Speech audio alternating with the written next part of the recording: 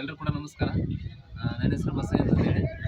ಈಗ ನಮ್ಮ ರೈತರಿಗೆ ಏನಪ್ಪ ಅಂತಂದರೆ ನಮ್ಮ ಪ್ರೆಸ್ಟೀಜಲ್ಲಿರ್ತಕ್ಕಂಥ ಡೆಂಟೇಷನ್ ಕೊಟ್ಟಿದ್ವಿ, ಪೇಸ್ಟನ್ನು ಕೊಟ್ಟಿದ್ವಿ. ಅವ್ರ ಊರು ಅವ್ರ ಹೆಸರು ಏನಂತ ಕೇಳೋಣ, ಯಾವ ರೀತಿ ರಿಸಲ್ಟ್ ಬಂದಿದೆ ಅವ್ರ ಬೈಲಿ ಕೇಳೋಣ. ಸರ್ ನಮಸ್ಕಾರ. ಹೆಸರು ಸರ್ ಈರಪ್ಪ. ಊರು ಸರ್ ಬೆಡಕಲ್. ನಿಮಗೆ ನಮ್ಮ ಪೇಸ್ಟ್ ಬಳಸಿ ಅಂತ ಯಾವ ರೀತಿ ನಿಮಗೆ ಚೇಂಜಸ್ ಕೇಳಿಸಿದೆ? ಚಲೋ ಅನ್ಸೈತೆ, ಮತ್ತೆ ಅಷ್ಟು ಕಂಟ್ರೋಲ್ ಮಾಡೈತೆ.